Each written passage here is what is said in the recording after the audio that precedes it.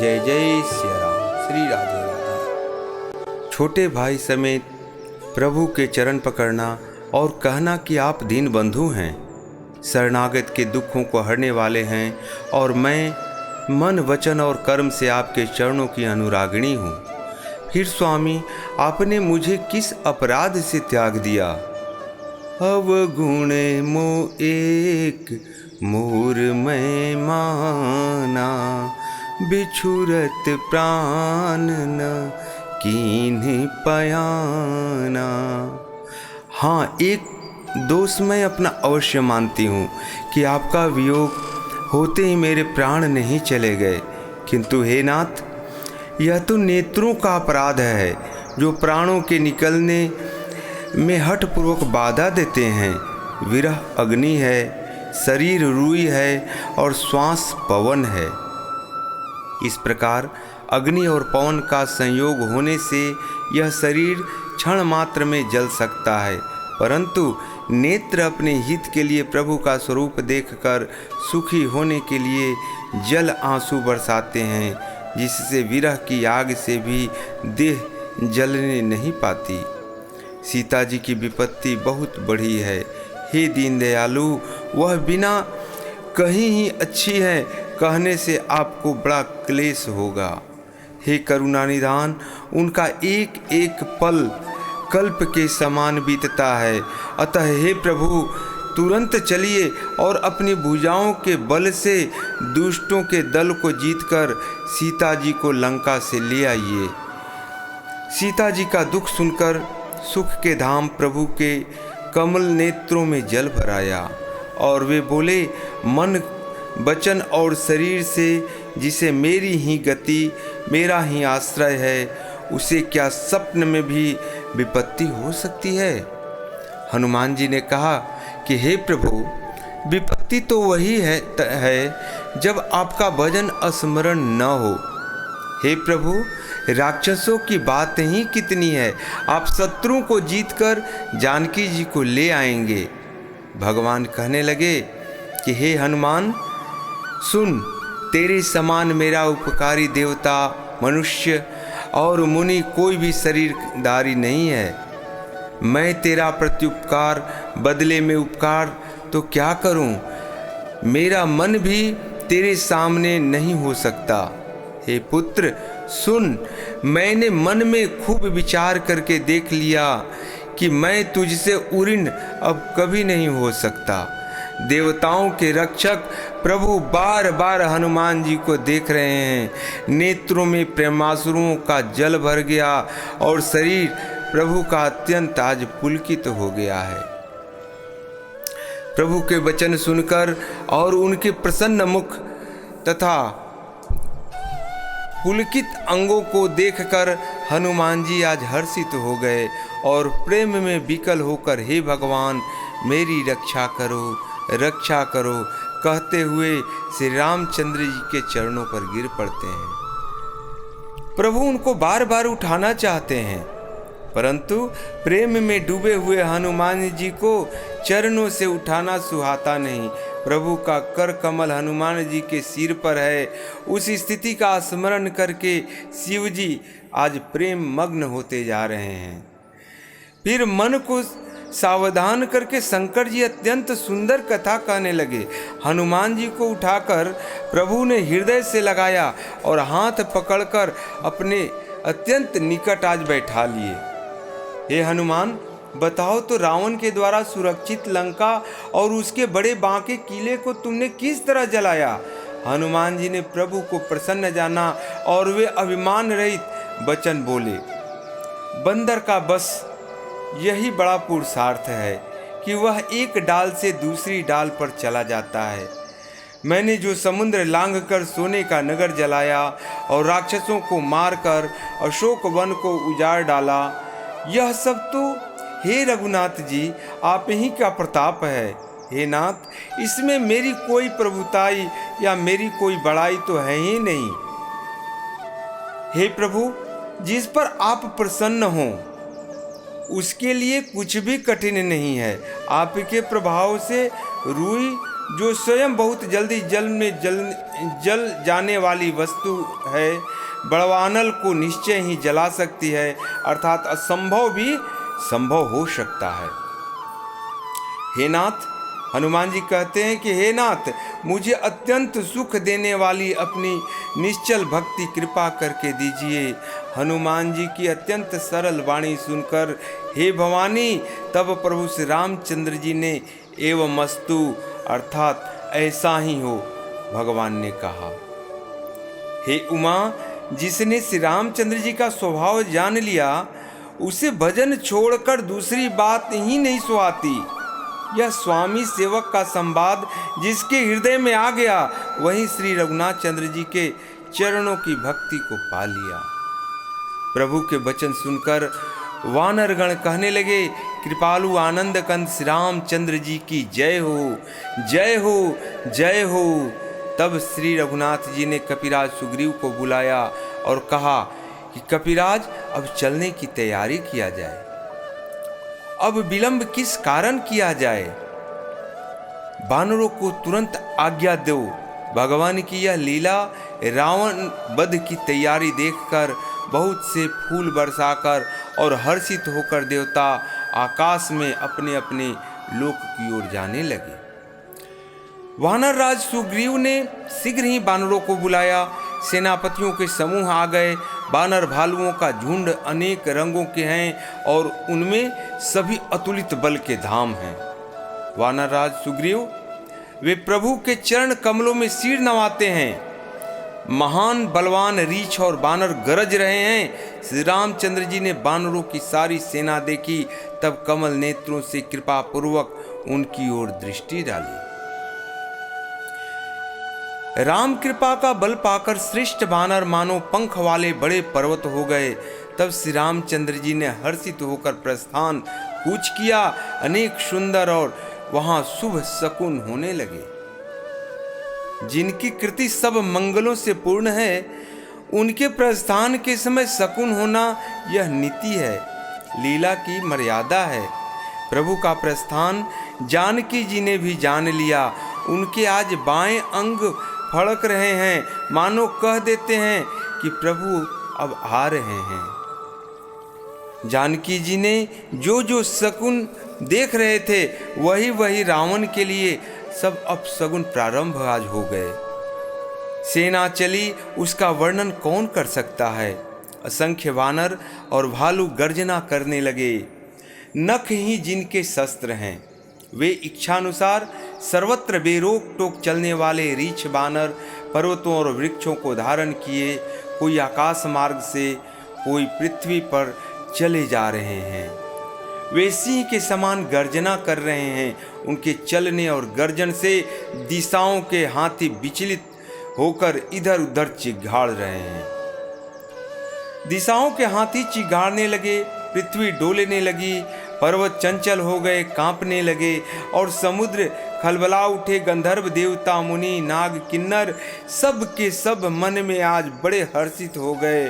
अब हमारे दुख टलने ही वाले हैं। अनेकों करोड़ों भयानक बानर योद्धा कटकटा रहे हैं और करोड़ों ही दौड़ रहे हैं। प्रबल प्रताप कौशलनाथ श्री रामचंद्र जी की जय हो, ऐसा पुकारते हुए वे गुण समूहों को गा रहे हैं। उदार परम श्रेष्ठ और महान सर्पराज शेष जी भी सेना का बोझ नहीं सह सकते। वे बार बार मोहित हो जाते, घबरा जाते हैं, परंतु पुनः पुनः कच्छप की कठोर पीठ को दांतों से पकड़े हुए हैं। ऐसा करते अर्थात बार बार दांतों को गड़ाकर कच्छप की पीठ पर लकीर सी खींचते हैं। वे कैसे शोभा दे रहे हैं, मानो श्री रामचंद्र जी के सुंदर प्रस्थान यात्रा को परम सुहावनी जानकर उसकी अचल पवित्र कथा को सर्पराज शेष जी कच्छप की पीठ पर ही लिख रहे हैं। इस प्रकार कृपा निधान श्री रामचंद्र जी समुद्र के तट पर जा उतरे। अनेकों रीछ वानर वीर जहां तहां फल खाने लगे। वहां लंका में जब से हनुमान जी लंका को जलाकर गए हैं, तब से राक्षस भयभीत से रहने लगे। अपने अपने घरों में सब विचार करते हैं कि अब राक्षस कुल की रक्षा का कोई उपाय नहीं है। जिसके दूत का बल वर्णन नहीं किया जा सकता, उसके स्वयं नगर में आने पर कौन भलाई है। हम लोगों की बड़ी बुरी दशा लिखी हुई है। दूतियों से नगरवासियों का वचन सुनकर मंदोदरी बहुत ही आज व्याकुल हो रही हैं। वह एकांत में हाथ जोड़कर पति रावण के चरणों में पड़ गई और नीति रस से पगी हुई वाणी बोली, हे प्रियतम, श्री हरि से विरोध छोड़ दीजिए। मेरे कहने को अत्यंत ही हितकर जानकर हृदय में आज धारण कीजिए।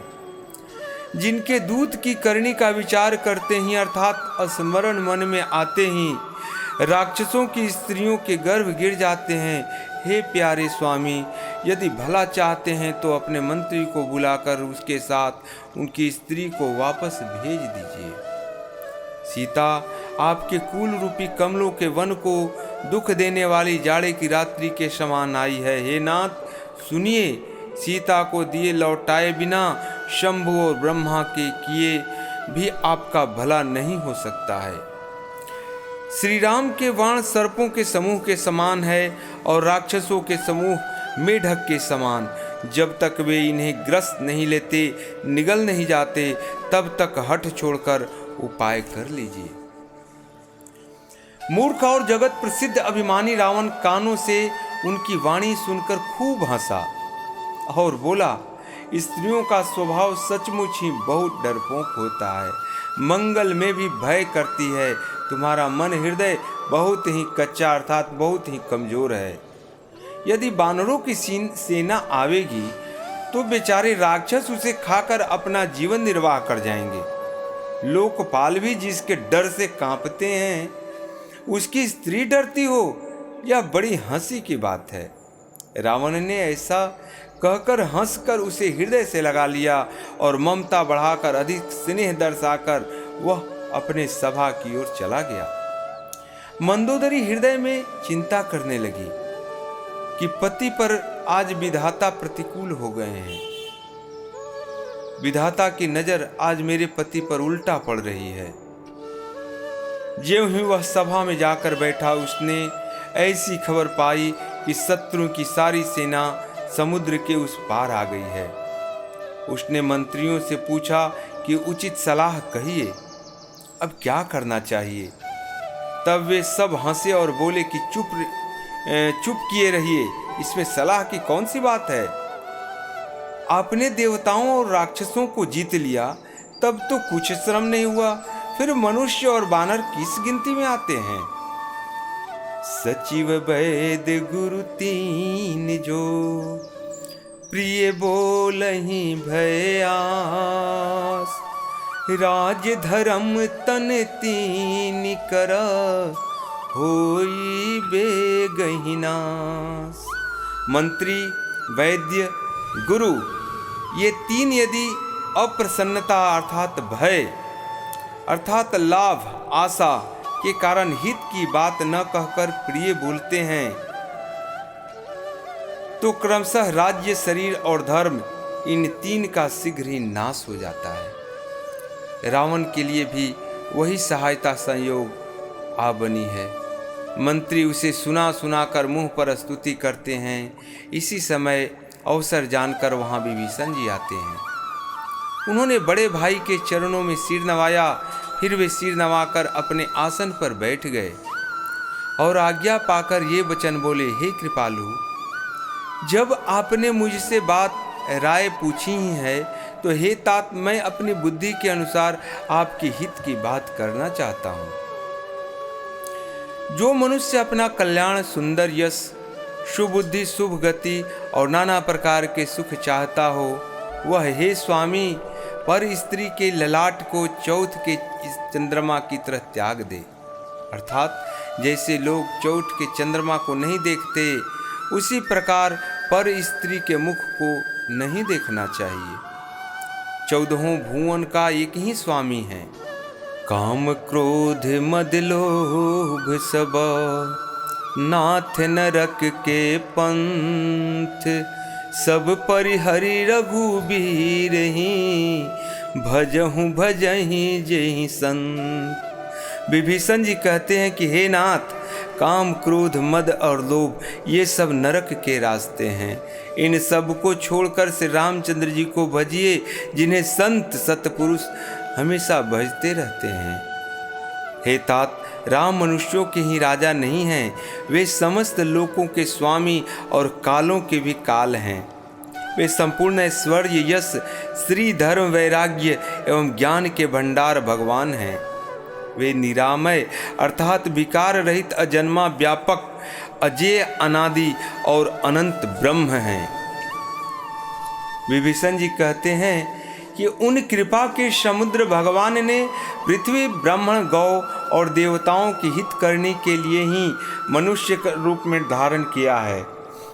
हे भाई सुनिए, वे सेवकों को आनंद देने वाले, दुष्टों के समूह का नाश करने वाले और वेद और धर्म की रक्षा करने वाले हैं। बैर त्याग कर उन्हें मस्तक नवाइए। वे श्री रघुनाथ जी शरणागत के दुख का नाश करने वाले हैं।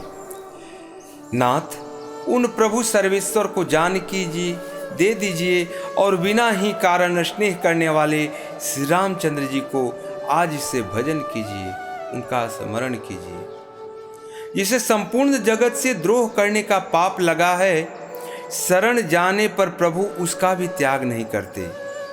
जिनका नाम तीनों तापों का नाश करने वाला है, वे ही प्रभु भगवान मनुष्य रूप में प्रकट हुए हैं। हे रावण, हृदय में यह समझ लीजिए। हे दशाशीष, मैं बार बार आपके चरणों को लागता हूँ और विनती करता हूँ कि मान, मोह और मद को त्याग कर आप कौशलपति श्री रामचंद्र जी का भजन कीजिए। कहते हैं, बार बार पद लागऊं, विनय करऊं दस शीस, परिहरि मान मोह मद, भजहूँ कौशलाधीश। मुनि पुलस्त जी ने अपने शिष्य के हाथ यह बात कहला भेजी है। हे तात, सुंदर अवसर पाकर मैंने तुरंत ही वह बात प्रभु आपसे कह दी। माल्यवान नाम का एक बहुत ही बुद्धिमान मंत्री था। उसने विभीषण के वचन सुनकर बहुत सुख माना और कहा कि हे तात, हे राजन, आपके छोटे भाई नीति विभूषण, नीति के भूषण रूप में धारण करने वाले अर्थात नीतिमान हैं। विभीषण जो कुछ कह रहे हैं उसे हृदय में धारण कर लीजिए। रावण ने कहा कि ये दोनों मूर्ख शत्रु की महिमा का आज बखान कर रहे हैं। यहाँ कोई है, इन्हें दूर करो। तब माल्यवान तो घर लौट गया और विभीषण जी हाथ जोड़कर फिर कहने लगे, भाई की ममता थी, कैसे त्याग सकते थे। हे नाथ, पुराण और वेद ऐसा कहते हैं कि सुबुद्धि अर्थात अच्छी बुद्धि और कुबुद्धि अर्थात खोटी बुद्धि सबके हृदय में रहती है। जहाँ सुबुद्धि है वहाँ नाना प्रकार की संपदाएं, सुख स्थिति रहती हैं, और जहाँ कुबुद्धि है वहाँ परिणाम में विपत्ति, दुख रहती है। आपके हृदय में उल्टी बुद्धि आ बसी है। इसी से आप हित को अहित और शत्रु को मित्र मान रहे हैं। जो राक्षस कुल के लिए काल रात्रि के समान है, उन सीता पर आपकी बड़ी प्रीति हो गई है। हे तात, मैं चरण पकड़कर आपसे आज भीख मांगता हूँ, विनती करता हूँ कि आप मेरा दुलार रखिए, मेरा मान रखिए। मुझ बालक के आग्रह को स्नेह पूर्वक स्वीकार कर लीजिए। श्री रामचंद्र जी को सीता जी को लौटा दीजिए, जिसमें आपका अहित नहीं होगा और आपकी कीर्ति बढ़ जाएगी। विभीषण ने पंडितों, पुराणों और वेदों द्वारा सम्मत अनुमोदित वाणी से नीति बखान कर कही, पर उसे सुनते ही रावण क्रोधित हो उठा और बोला, रे दुष्ट, अब मृत्यु तेरे निकट आ गई है। अरे मूर्ख, तू जीता तो है सदा मेरा जियाया हुआ, अर्थात मेरे ही अन्न से तू पल रहा है, पर रे मूढ़, पक्ष तुझे शत्रु का अच्छा लगता है। अरे दुष्ट, बता न, जगत में ऐसा कौन है जिसे मैंने अपनी भुजाओं के बल से न जीता हो। मेरे नगर में रहकर प्रेम करता है तपस्वियों पर? मूर्ख, उन्हीं से जा मिल और उन्हीं को नीति बता। ऐसा कहकर रावण ने उन्हें लात मार दी, परंतु छोटे भाई विभीषण ने मारने पर भी बार बार उनके चरण पकड़ रहे। शिव जी कहते हैं कि हे उमा, संत की यही बड़ाई है, महिमा है कि वे बुराई करने पर भी बुराई करने वालों को भलाई करते हैं। विभीषण जी ने कहा, आप मेरे पिता के समान हैं। बड़ा भाई पिता के समान ही होता है। मुझे मारा सो तो अच्छा ही किया, परंतु हे नाथ, आपका भला श्री रामचंद्र जी के भजने में ही है। इतना कहकर विभीषण अपने मंत्रियों को साथ लेकर आकाश मार्ग में गए और सबको सुनाकर वे ऐसा कहने लगे। श्री राम जी सत्य संकल्प एवं सर्वसमर्थ प्रभु हैं, और हे रावण, तुम्हारी सभा काल के वश है। अतः मैं अब श्री रघुवीर जी की शरण में जाता हूँ, मुझे दोष न देना। ऐसा कहकर विभीषण जी ज्यों ही चले त्यों ही सब राक्षस आयुहीन हो गए। उनकी मृत्यु अब निश्चित हो गई। शिव जी कहते हैं कि हे उमा, साधु का अपमान तुरंत ही संपूर्ण कल्याण को नष्ट कर देता है। रावण ने जिस क्षण विभीषण जी को त्याग दिया, उसी क्षण वह अभागा वैभव ऐश्वर्य से हीन हो गया। विभीषण जी हर्षित होकर मन में अनेकों मनोरथ करते हुए श्री रघुनाथ जी के पास चले जा रहे हैं। वे सोचते हैं, मैं जाकर भगवान के कोमल और लाल वर्ण के सुंदर चरण कमलों के दर्शन करूंगा, जो सेवकों को सुख देने वाला है, जिन चरणों का स्पर्श पाकर ऋषि पत्नी अहिल्या तर गई और जो दंडक वन को पवित्र करने वाले हैं, जिन चरणों को जानकी जी ने हृदय में धारण कर रखा है, जो कपट मृग के साथ पृथ्वी पर उसे पकड़ने को दौड़े थे, और जो चरण कमल साक्षात शिव जी के हृदय रूपी सरोवर में विराजते हैं, मैं अहोभाग्य हैं, मेरे अहोभाग्य हैं कि उन्हीं का आज मैं दर्शन करूंगा। जिन्हें पायन के पादुकनी भरत रहे मन लाई, ते पद आज बिलो की हूँ, इन्हें नैनन ही अब जाई। जिन चरणों की पादुकाओं में भरत जी ने अपना मन लगा रखा है, आहा, आज मैं उन्हीं चरणों को जी भर कर देखूंगा, नेत्रों से निहारूंगा। इस प्रकार प्रेम सहित विचार करते हुए वे शीघ्र ही समुद्र के इस पार, जिधर से रामचंद्र जी की सेना थी, आ गए। वानरों ने विभीषण जी को आते देखा तो उन्होंने जाना कि शत्रु का कोई खास दूत आ रहा है। उन्हें पहरे पर ठहराकर वे सुग्रीव जी के पास गए और सबको सब समाचार कह सुनाए। सुग्रीव ने श्री रामचंद्र जी के पास जाकर कहा कि हे रघुनाथ जी, सुनिए, रावण का भाई आपसे मिलने आया है। प्रभु श्री रामचंद्र जी ने कहा कि हे मित्र, तुम क्या समझते हो, इसमें तुम्हारी क्या राय है? वानर राज सुग्रीव ने कहा कि हे महाराज, सुनिए, राक्षसों की माया जानी नहीं जाती। यह इच्छानुसार रूप बदलने वाला छली न जाने किस कारण से आ जाया है। जान पड़ता है यह मूर्ख हमारा भेद लेने आया है, इसलिए मुझे तो यही अच्छा लगता है कि इसे बांध रखा जाए। हे मित्र, तुमने नीति तो अच्छी विचारी, परंतु मेरा प्रण तो है शरणागत के भय को हर लेना। प्रभु के वचन सुनकर हनुमान जी हर्षित हो जाते हैं और मन ही मन कहने लगे कि भगवान कैसे शरणागत वत्सल हैं, शरण में आए हुए पर पिता की भांति प्रेम करने वाले हैं। श्री रामचंद्र जी फिर बोले कि जो मनुष्य अपने अहित का अनुमान करके शरण में आए हुए का त्याग कर देते हैं, वे क्षुद्र हैं, पामर हैं, पापमय हैं। उन्हें देखने से भी हानि होती है, अर्थात पाप लगती है। जिसे करोड़ों ब्राह्मणों की हत्या लगी हो, शरण में आने पर मैं उसे भी नहीं त्यागता। जीव ज्यों ही मेरे सन्मुख होता है त्यों ही उसके करोड़ों जन्मों का पाप नष्ट हो जाता है। पापी का यह सहज स्वभाव होता है कि मेरा भजन उसे कभी नहीं सुहाता। यदि वह रावण का भाई निश्चय ही दुष्ट हृदय का होता तो क्या वह मेरे सन्मुख आ सकता था? जो मनुष्य निर्मल मन का होता है वही मुझे पाता है। निर्मल मन जने सो मोहि पावा, मोहि कपट छले छिद्र न भावा। भगवान कह रहे हैं कि जो मनुष्य निर्मल हृदय मन का होता है वही मुझे पाता है। मुझे कपट और छल छिद्र नहीं सुहाते। यदि उसे रावण ने भेद लेने को भेजा है तब भी हे सुग्रीव अपने को कुछ भी भय या हानि नहीं है, क्योंकि हे सखे जगत में जितने भी राक्षस हैं लक्ष्मण क्षण भर में उन सबको मार सकते हैं, और यदि वह भयभीत होकर मेरे शरण आया है तो मैं उसे प्राणों की तरह रखूंगा।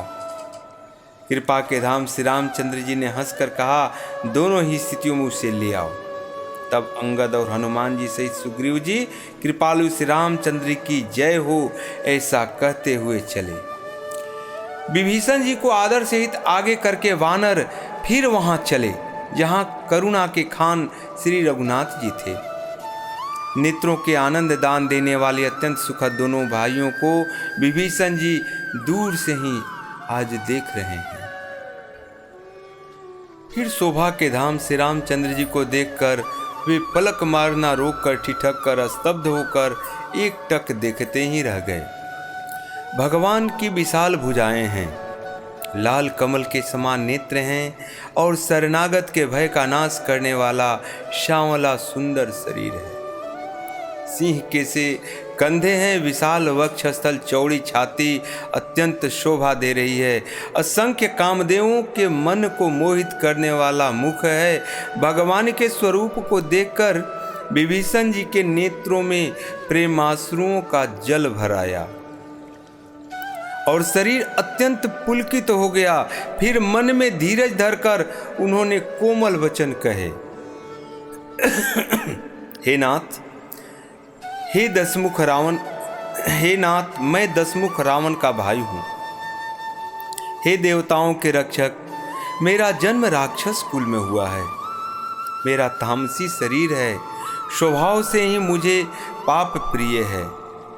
जैसे उल्लू को अंधकार पर सहज स्नेह होता है, श्रवण सुजस सुनियायहूँ, प्रभु भंजन भव भीर, त्राहि त्राहि आरती हरण, शरण सुखद रघुबीर। कहते हैं मैं कानों से आपका सुयस सुनकर आया हूँ कि प्रभु भव जन्म मरण के भय का नाश करने वाले हैं। हे दुखियों के दुख को दूर करने वाले और शरणागत को सुख देने वाले श्री रघुवीर, मेरी रक्षा कीजिए, मेरी रक्षा कीजिए, मेरी रक्षा कीजिए। प्रभु ने उन्हें ऐसा कहकर दंडवत करते देखा तो वे अत्यंत हर्षित होकर तुरंत उठे। विभीषण जी के दीन वचन सुनने पर प्रभु के मन को बहुत ही भाए।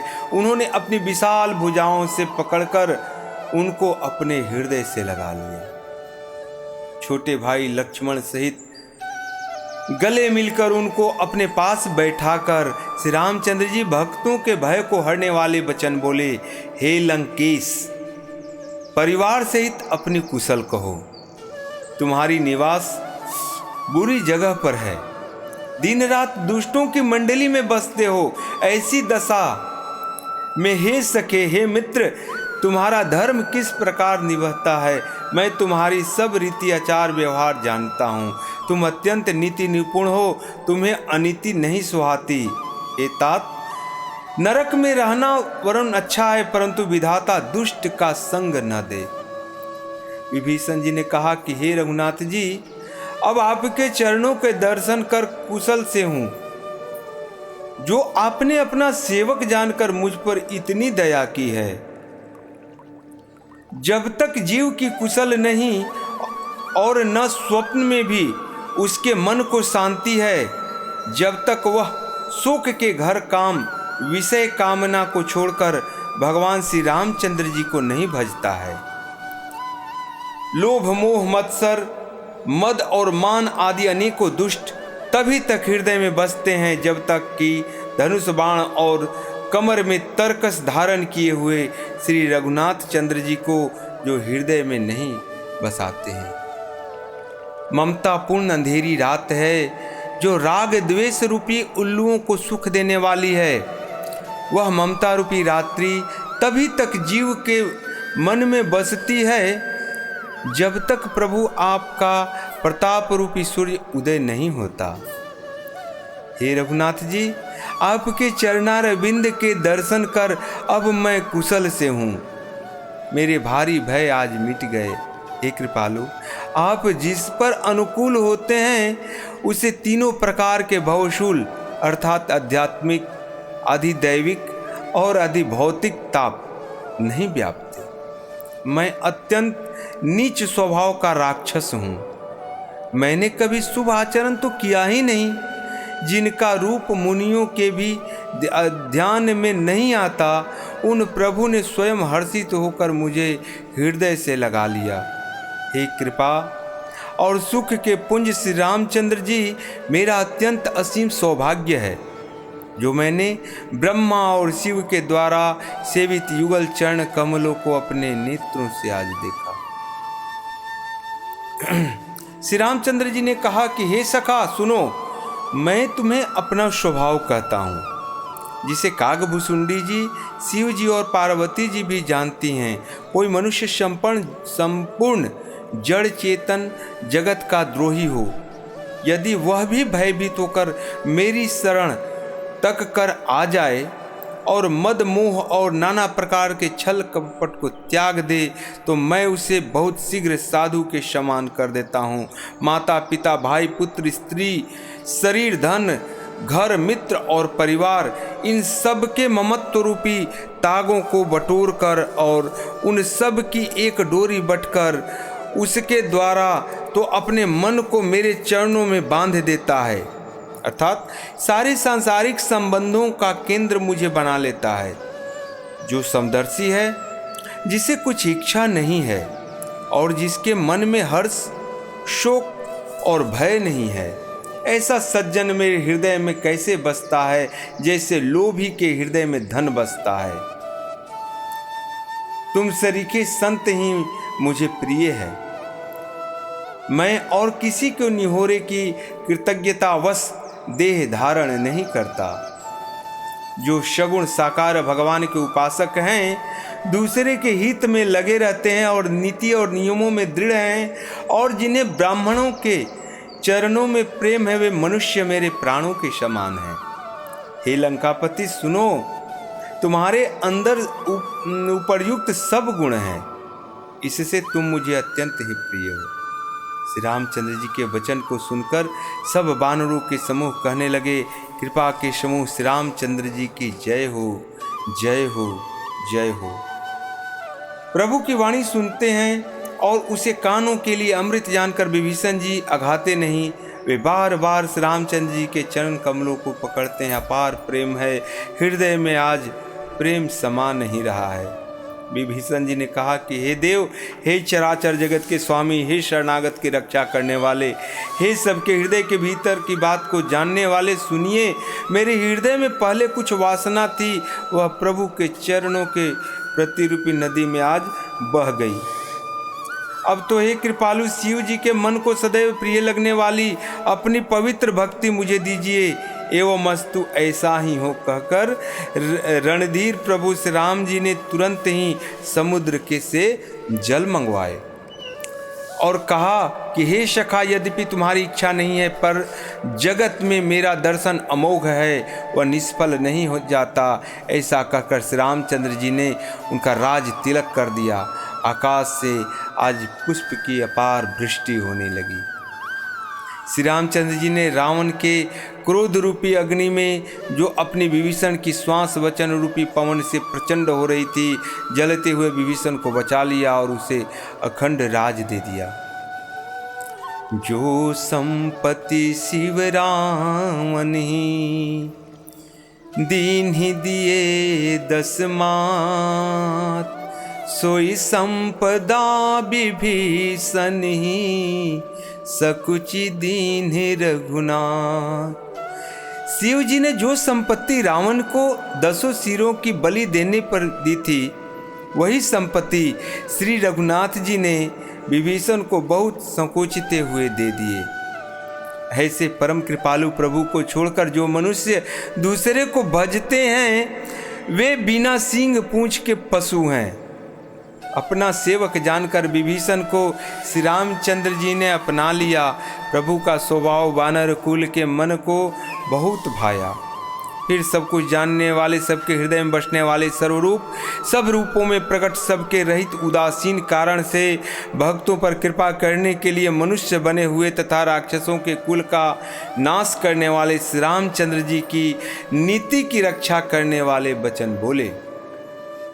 हे वीर वानर राज सुग्रीव और लंकापति विभीषण, सुनो, इस गहरे समुद्र को किस प्रकार पार किया जाए। अनेक जाति के मगर, सांप और मछलियों से भरा हुआ यह अत्यंत अथाह समुद्र पार करने में सब प्रकार से कठिन है। विभीषण जी ने कहा कि हे रघुनाथ जी, सुनिए, यद्यपि आपका एक बाण ही करोड़ों समुद्रों को सोखने वाला है, तथापि नीति ऐसी कही गई है, उचित यह होगा कि पहले जाकर समुद्र से प्रार्थना किया जाए। हे प्रभु, समुद्र आपके कुल में बड़े पूर्वज हैं, वे विचार कर उपाय बतला देंगे, तब रीछ और वानरों की सारी सेना बिना ही परिश्रम के समुद्र के पार उतर जाएगी। श्री रामचंद्र जी ने कहा कि हे सखा, तुमने अच्छा उपाय बताया है, यही किया जाए। यदि देव सहायक हो, यह सलाह लक्ष्मण जी के मन को भी अच्छा लगा। श्री रामचंद्र जी के वचन को सुनकर तो उन्होंने बहुत ही दुख पाया। मतलब कि यह सलाह लक्ष्मण जी को अच्छा नहीं लगा। श्री रामचंद्र जी के वचन सुनकर तो उन्होंने बहुत ही दुख पाया। लक्ष्मण जी ने कहा कि हे नाथ, देव का कौन भरोसा, मन में क्रोध कीजिए, ले आइए और समुद्र को सुखा डालिए। यह दैव तो कायर के मन का एक आधार तसल्ली देने वाला है। आलसी लोग ही दैव दैव पुकारा करते हैं। कादर मन कहूँ एक आधारा, दैव दैव आलसी पुकारा। यह सुनकर श्री रघुवीर जी हंसकर बोले, ऐसे ही करेंगे, मन में धीरज रखो। ऐसा कहकर छोटे भाई को समझाकर प्रभु श्री रघुनाथ जी समुद्र के समीप चले जाते हैं। उन्होंने पहले सिर नवाकर प्रणाम किया, फिर किनारे पर कूस बिछाकर बैठ गए। इधर ज्यों ही विभीषण जी प्रभु के पास आए थे, त्यों ही रावण ने उनके पीछे कुछ दूत को भेज दिए। कपट से बानर का शरीर धारण कर उन्होंने सब लीलाएं देखी। वे अपने हृदय में प्रभु के गुणों के साथ शरणागत पर उनके स्नेह की सराहना करने लगे। फिर वे प्रकट रूप में भी अत्यंत प्रेम के साथ श्री रामचंद्र जी के स्वभाव की बड़ाई करने लगे। उन्हें दुराव कपट वेश भूल गया। तब बानरों ने जाना कि ये शत्रु का दूत है और वे उन सबको बांधकर सुग्रीव के पास ले आए। सुग्रीव ने कहा कि सब बानर सुनो, राक्षसों के अंग भंग करके भेज दो। सुग्रीव के वचन सुनकर बानर दौड़े। दूतों को बांधकर उन्होंने सेना के चारों ओर घुमाया। बानर उन्हें बहुत तरह से मारने लगे। वे दीन पुकारने लगे। फिर भी बानरों ने उन्हें नहीं छोड़ा। जो हमारे नाक कान काटेगा, उसे कौशलाधीश रामचंद्र जी की सौगंध है। यह सुनकर लक्ष्मण जी ने सबको निकट बुलाया। उन्हें बड़ी दया लगी। इससे हंसकर उन्होंने राक्षसों को तुरंत छुड़वा दिया और उनसे कहा कि रावण के हाथ में यह चिट्ठी देना और कहना कि हे कुल घातक, लक्ष्मण के शब्द संदेश से बाँचो। फिर उस मूर्ख के जवानी यह मेरा उदार कृपा से भरा हुआ संदेश कहना कि सीता जी को देकर उनसे श्री रामचंद्र से मिलो, नहीं तो तुम्हारा काल आ गया ही है समझो। लक्ष्मण जी के चरणों में मस्तक नवाकर श्री राम जी के गुणों की कथा वर्णन करते हुए दूत तुरंत ही चल दिए। श्री रामचंद्र जी का यश कहते हुए वे लंका में आए और उन्होंने रावण के चरणों में सिर नवाया। दशमुख रावण ने हंसकर बात पूछी, अरे शुक, अपनी कुशल क्यों नहीं कहता? फिर उस विभीषण का समाचार सुना, मृत्यु जिसके अत्यंत निकट आ गई है। मूर्ख ने राज्य करते हुए लंका को त्याग दिया। अभागा, अब जौ का कीड़ा घून बनेगा। जौ के साथ जैसे घून भी पिस जाता है, वैसे ही नर वानरों के साथ वह भी मारा जाएगा। फिर भालू और बानरों की सेना का हाल कह, जो कठिन काल की प्रेरणा से यहाँ चली आई है और जिनके जीवन का रक्षक कोमल चित्त वाला बेचारा समुद्र बन गया है। अर्थात उनके और राक्षसों के बीच में यदि समुद्र न होता तो अब तक राक्षस उन्हें मार कर खा गए होते। फिर उस पर तपस्वियों की बात बता, जिनके हृदय में मेरा बड़ा डर है। उनसे तेरी भेंट हुई या वे कानों से मेरा सुयश सुनकर ही लौट गए? शत्रु सेना का तेज और बल बताता क्यों नहीं? तेरा चित्त बहुत ही चकित, बहुत चक्का हो रहा है। दूत ने कहा कि हे नाथ, आपने जैसे कृपा करके पूछा है वैसे ही क्रोध छोड़कर मेरा कहना मानिए। मेरी बात पर विश्वास कीजिए। जब आपका छोटा भाई श्री रामचंद्र जी से जाकर मिला, तब उनके पहुंचते ही श्री राम जी ने उनको राज तिलक कर दिया। हम रावण के दूत हैं, यह कानों से सुनकर बानरों ने हमें बांधकर बहुत कष्ट दिए, यहाँ तक कि वे हमारे नाक कान काटने लगे। श्री रामचंद्र जी की शपथ दिलाने पर कहीं उन्होंने हमको छोड़ा। हे नाथ, आपने श्री रामचंद्र जी की सेना पूछी, सो वह तो 100 करोड़ मुखों से भी वर्णन आज नहीं हो सकती। अनेकों रंगों के भालू बानरों की सेना है, जो भयंकर मुख वाले, विशाल शरीर वाले और भयानक हैं। जिसने नगर को जलाया और आपके पुत्र अक्षय कुमार को मारा, उसका बल तो सब बानरों में थोड़ा है। अर्थात असंख्य नामों वाले बड़े ही कठोर और भयंकर योद्धा हैं। उनमें असंख्य हाथियों का बल है और वे बड़े ही विशाल हैं। द्विविध, मयंद, नील, नल, अंगद, गद, विकटास्य, दधिमुख, केसरी, निसठ, सठ और जामवान, ये सभी बल के राशि हैं, अर्थात अतुलित बलशाली हैं। ये सब बानर बानर बल में सुग्रीव के समान हैं और इनके जैसे एक दो नहीं करोड़ों हैं। उन बहुत सो को गिन ही कौन सकता है। श्री रामचंद्र जी की कृपा से उनमें अतुलनीय बल है। वे तीनों लोकों में तृण के समान, अर्थात तीनों लोकों को तुच्छ के समान समझते हैं। हे दशग्रीव, मैंने कानों से ऐसा सुना है कि 18 पद्म तो अकेले बानरों के सेनापति हैं। हे नाथ, उस सेना में ऐसा कोई बानर नहीं है जो आपको रण में न जीत सके। सब के सब अत्यंत क्रोध से हाथ मींचते हैं, पर श्री रघुनाथ जी उन्हें आज्ञा नहीं देते। हम मछलियों और सांपों सहित समुद्र को सोख लेंगे, नहीं तो बड़े बड़े पर्वत से उसे भरकर पार हो जाएंगे और रावण को मलकर धूल में मिला देंगे। सब बानर ऐसे ही वचन कह रहे हैं। सब सहज ही निडर हैं, इस प्रकार गरजते हैं और डपटते हैं मानो लंका को निगल ही जाना चाहते हैं। सब बानर भालू सहज ही सूरवीर हैं। फिर उनसे उनके सिर पर प्रभु सर्वेश्वर श्री रामचंद्र जी हैं। हे रावण, वे संग्राम में करोड़ों कालों को जीत सकते हैं। श्री रामचंद्र जी के तेज, सामर्थ्य, बल और बुद्धि की अधिकता को लाखों से भी नहीं गा सकते। वे एक ही बाण से सैकड़ों समुद्रों को सोख सकते हैं, परंतु नीति निपुण श्री रामचंद्र जी ने नीतियों की रक्षा के लिए आपके भाई से उपाय पूछा।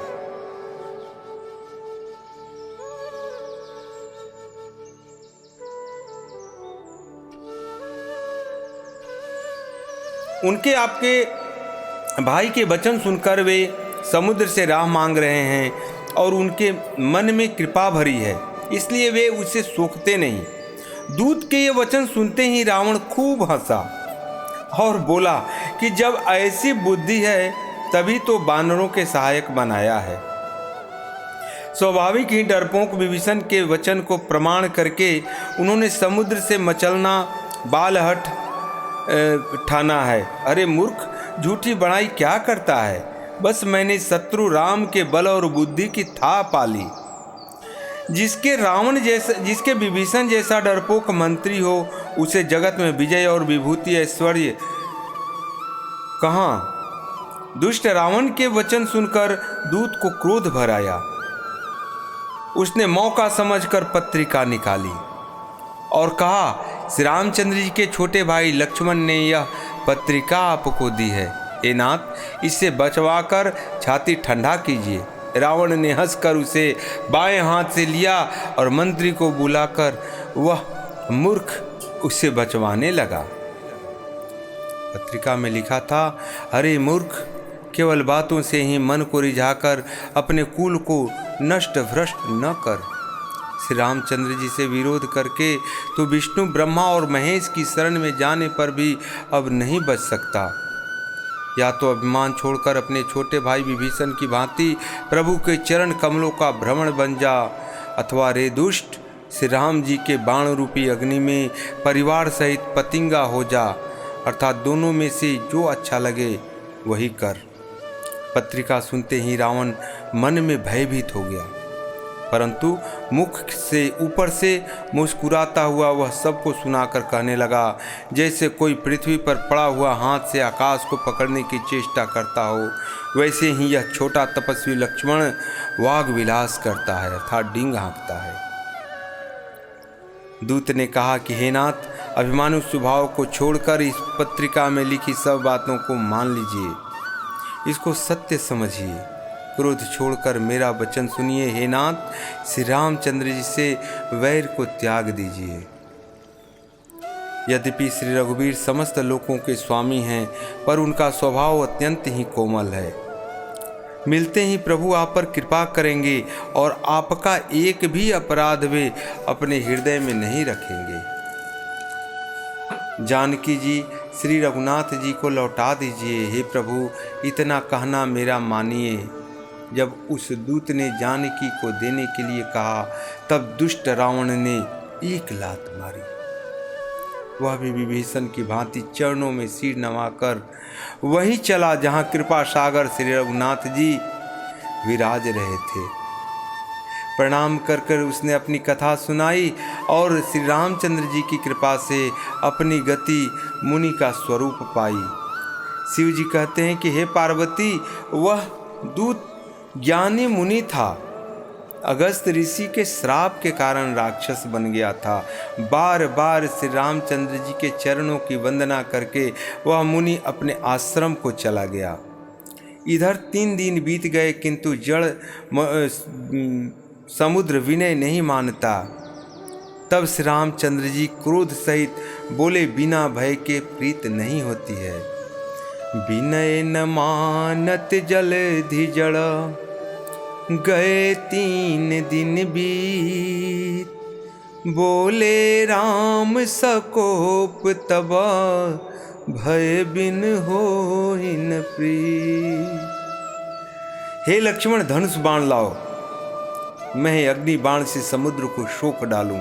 मूर्ख से विनय, कुटिल से प्रीति, स्वाभाविक कंजूस से सुंदर नीति, उदारता का उपदेश, ममता में फंसे हुए मनुष्य से ज्ञान की कथा, अत्यंत लोभी से वैराग्य का वर्णन, क्रोधी से सम अर्थात शांति की बात और कामी से भगवान की कथा, इनका वैसा ही फल होता है जैसा ऊसर में बीज बोने से होता है।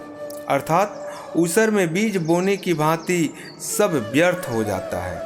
ऐसा कहकर श्री रघुनाथ जी ने धनुष चढ़ाया। यह मत लक्ष्मण जी के मन को आज बहुत अच्छा लगा। प्रभु ने भयानक अग्नि बाण संधान किया, जिससे समुद्र के हृदय के अंदर अग्नि की ज्वाला उठ गई। मगर सांप और मछलियों के समूह व्याकुल हो गए। जब समुद्र ने जीवों को जलते जाना, तब सोने के थाल में अनेक मणि रत्नों को भरकर अभिमान छोड़कर वह ब्राह्मण के रूप में प्रकट हो गया। कागभूषुंडी जी कहते हैं कि हे पक्षीराज, हे गणुर जी सुनिए, चाहे करोड़ों उपाय करके सोचे, पर केला तो काटने पर ही फलता है। नीच विनय से नहीं मानता, वह डांटने पर ही झुकता है, अर्थात रास्ते पर आता है। समुद्र ने भयभीत होकर प्रभु के चरण पकड़कर कहा, हे प्रभु, हे नाथ, मेरे सब अवगुण क्षमा कर दीजिए। हे नाथ, आकाश, वायु, अग्नि, जल और पृथ्वी, इन सब की करनी स्वभाव से ही जड़ है। आपकी प्रेरणा से माया ने इन्हें सृष्टि के लिए उत्पन्न किया है। सब ग्रंथों ने यही गाया है, जिसके लिए स्वामी की जैसी आज्ञा है वह उसी प्रकार से रहने में सुख पाता है। प्रभु ने अच्छा किया जो मुझे शिक्षा दंड दी, किंतु मर्यादा जीवों का स्वभाव भी आपकी ही बनाई हुई है। ढोल, गंवार, शूद्र, पशु और स्त्री, ये सब शिक्षा के अधिकारी हैं। प्रभु के प्रताप से मैं सुख जाऊंगा और सेना पार चल जाएगी, इसमें मेरी बड़ाई नहीं है, मेरी मर्यादा नहीं रहेगी। तथापि प्रभु की आज्ञा अपेल है, अर्थात आपकी आज्ञा का उल्लंघन नहीं हो सकता, ऐसा वेद गाते हैं। अब आपको जो अच्छा लगे मैं तुरंत वही करूंगा। समुद्र के अत्यंत विनीत वचन सुनकर कृपालु श्री रामचंद्र जी ने मुस्कुराकर कहा, हे तात, जिस प्रकार वानरों की ये सेना पार उतर जाए, आप वही उपाय बतलाइए। समुद्र ने कहा कि हे तात, नील और नल 2 वानर भाई हैं, जिन्होंने लड़कपन में ऋषि से आशीर्वाद पाया था। उनके स्पर्श कर लेने से भारी भारी पहाड़ भी आपके प्रताप से समुद्र में तैर जाएंगे। मैं भी प्रभु की प्रभुता को हृदय में धारण कर अपने बल के अनुसार जहाँ तक मुझसे बन पड़ेगा सहायता करूँगा। हे नाथ, इस प्रकार समुद्र को बंधवाइए, जिससे तीनों लोकों में आपका सुंदर यश गाया जाए। इस बाण से मेरे उत्तर तट पर रहने वाले पाप के राशि दुष्ट मनुष्यों का वध कीजिए। कृपालु और रणधीर श्री रामचंद्र जी ने समुद्र के मन की पीड़ा सुनकर उसे तुरंत ही हर लिया, अर्थात बाण से उन दुष्टों का संहार कर दिया। श्री रामचंद्र जी की भारी बल और पौरुष देखकर समुद्र हर्षित होकर सुखी हो गए।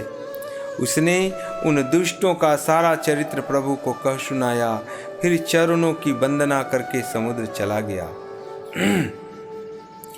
निज भवन गवने उ सिंधु श्री रघुपति यह मत भायऊ। यह चरित कलिमल हर जथा मति दास तुलसी गायऊ। सुख भवन संशय समन दवन विषाद रघुपति गुण गना। तज सकल आस भरोस गावहीं सुनहि संतत सठ मना। सकल सुमंगल दायक रघुनायक गुणगान। सादर सुनहि ते तरहि भव सिंधु बिना जल जान। सियावर रामचंद्र की जय। समुद्र अपने घर चला गया। श्री रघुनाथ जी को यह मत उसकी सलाह बहुत अच्छी लगी। यह चरित्र कलयुग के सब पापों को हरने वाला है। इसे तुलसीदास ने अपने बुद्धि के अनुसार गाया है। श्री रघुनाथ जी के गुण समूह सुख के धाम, संदेह का नाश करने वाले और विषाद का दमन करने वाले हैं। अरे मूर्ख मन, तू संसार का सब आशा भरोसा त्याग कर निरंतर इन्हें गा और इन्हें सुन। श्री रघुनाथ जी का गुणगान संपूर्ण सुंदर मंगलों को देने वाला है। जो इसे आदर सहित सुनेंगे वे बिना किसी जहाज अन्य साधन के ही भवसागर से तर जाएंगे। इति श्री रामचरितमानसे सकल कलि कलुष विध्वंसे पंचम सोपान समाप्त। कलयुग के समस्त पापों का नाश करने वाले श्री रामचरितमानस का यह 5वां सोपान समाप्त हुआ। सुंदरकांड समाप्त। जय जय सिया राम। श्री राधे राधे।